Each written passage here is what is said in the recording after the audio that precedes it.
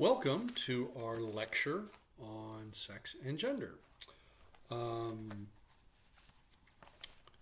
of the first things you might be thinking is, wait a minute, we've been covering Native Americans, and we're going to cover African Americans, Hispanics. Why women? I mean, aren't they 51% of the population? Yes, but again, the construction of our course is to look at power and the distribution of power and how systems in particular are used to maintain and distribute power unequally in society.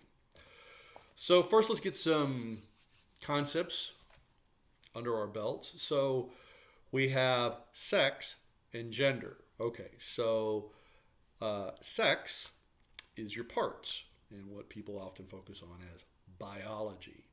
And here we'll often hear, well, there's only two sexes. Well, you got to be careful with that, because if you're talking about from genetic chromosomal difference, there are XY and XX, men, women, but there's also XXY, XYY. These are rare, but they happen. Some people say, oh, well, we're going to focus on your parts, your genitals. Well, there are people that have both. Some people have what looks like female parts, but are actually men because their testicles never descended.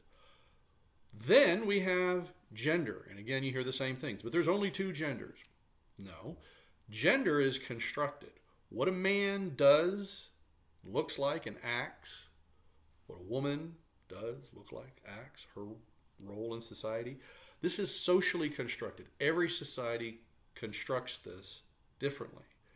And the assumption about this is because somehow your parts make you want to do a role. Like, oh my God, I've got male parts, so I'm a lumberjack. Or I've got female parts, and so I'm going to want to do childcare.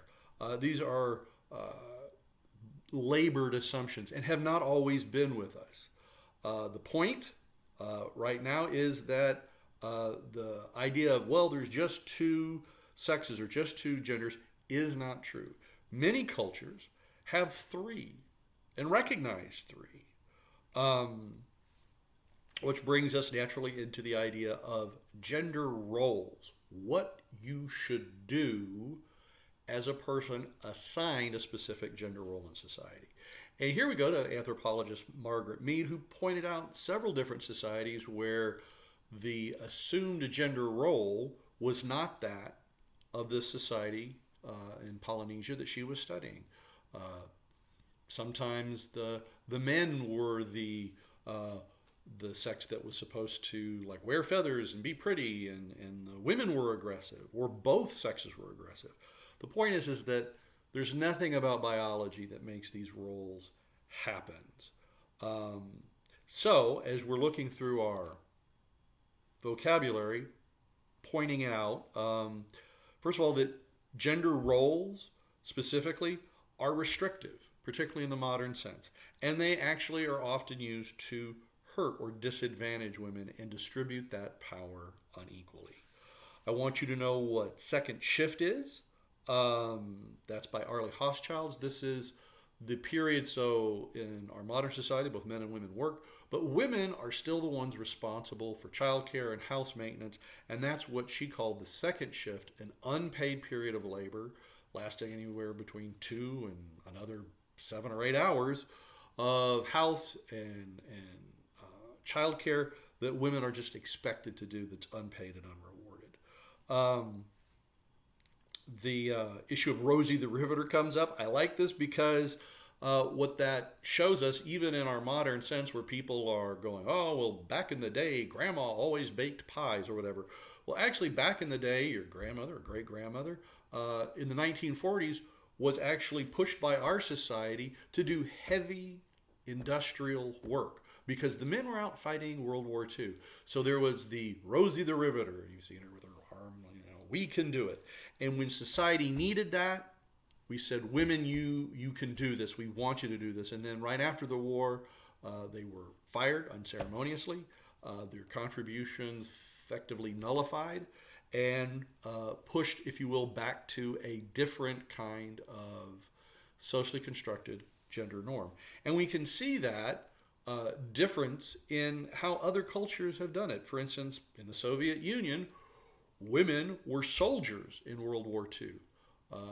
Ludmila Pavlichenko, called Lady Death, was a sniper that killed over 300 Nazis.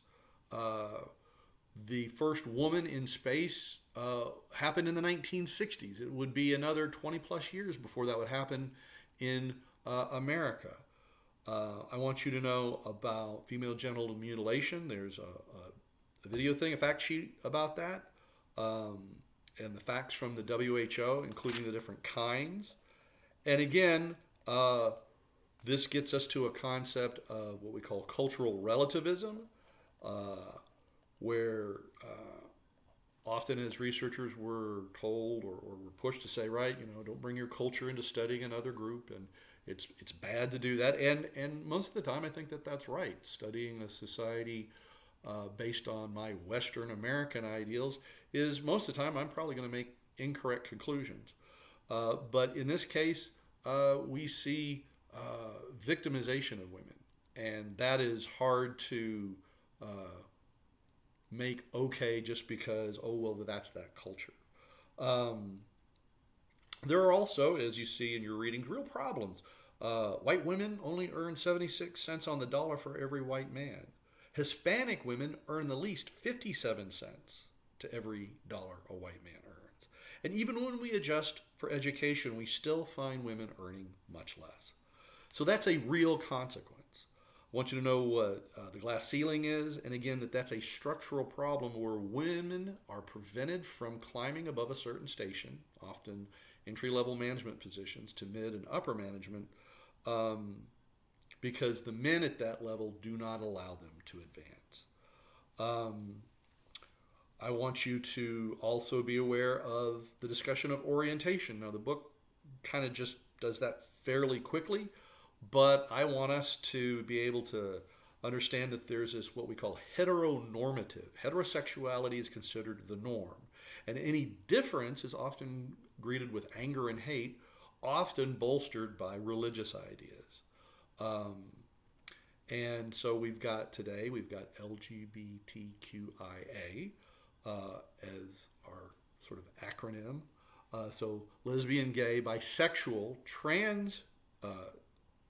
gendered, transsexual, queer, intersexed, and A, which is one of the ones that I think often isn't mentioned, which are people that are asexual, people that just don't have either because of they just don't have much of a sexual drive, or because of a choice, often a religious choice, not to be a sexual person.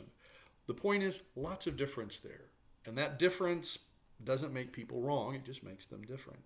One of the words you're exposed to is homophobia, which technically means fear of gays, which I've always been kind of struck by. I mean, you see 4 or 5 gay people walking down the street, is anyone afraid? Are you afraid that they're going to, I don't know, beat you up or something? But in the end, there is a fear of what that means to changing the structured and very, at times, rigid gender roles in society.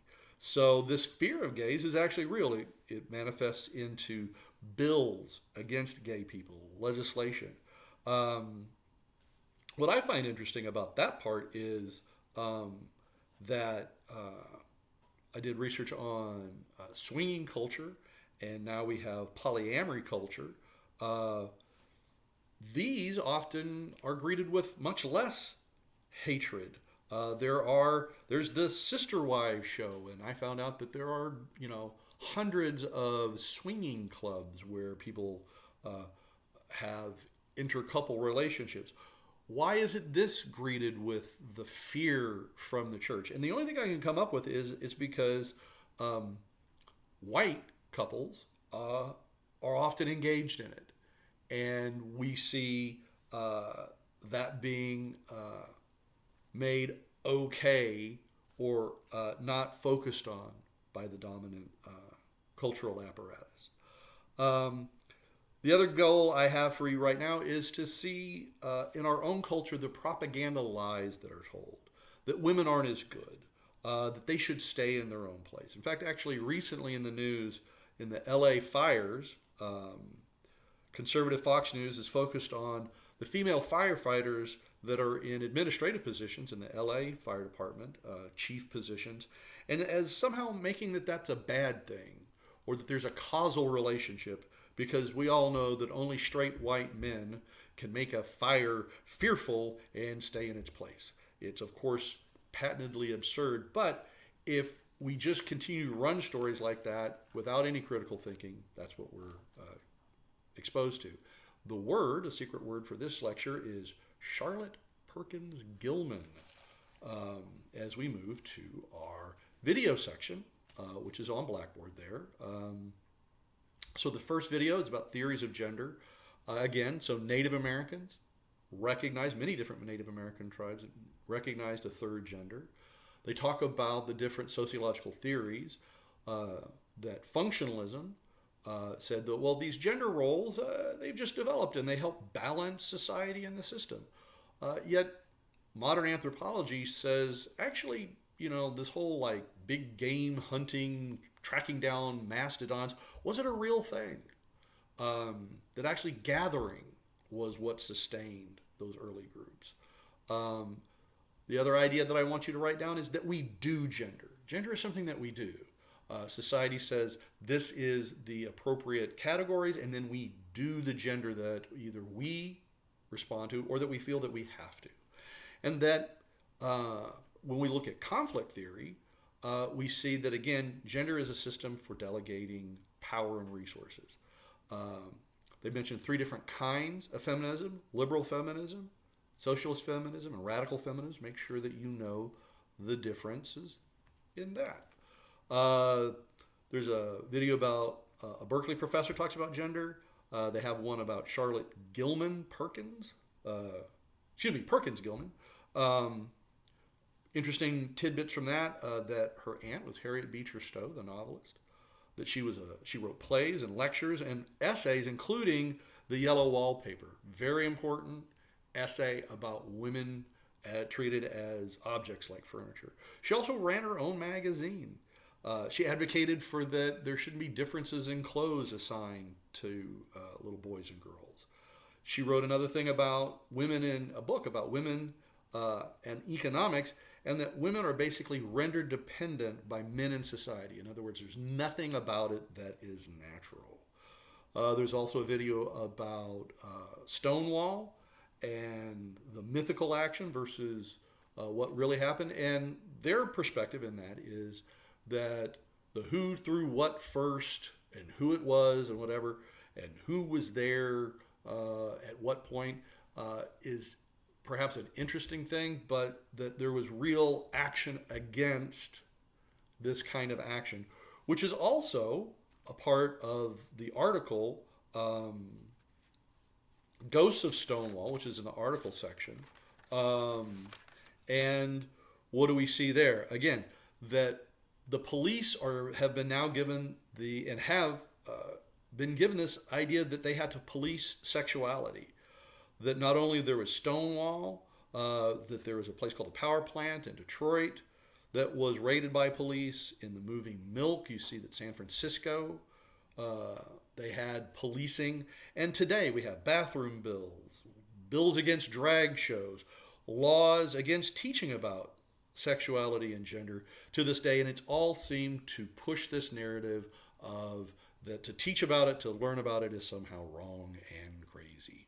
The other article, Construction of Heterosexuality, what I want you to get there is in the invention of heterosexuality, that from the Victorian period, we see this kind of cultural thing of what is proper, everything from how you eat a meal to whatever was dictated by the upper class, white, straight upper class.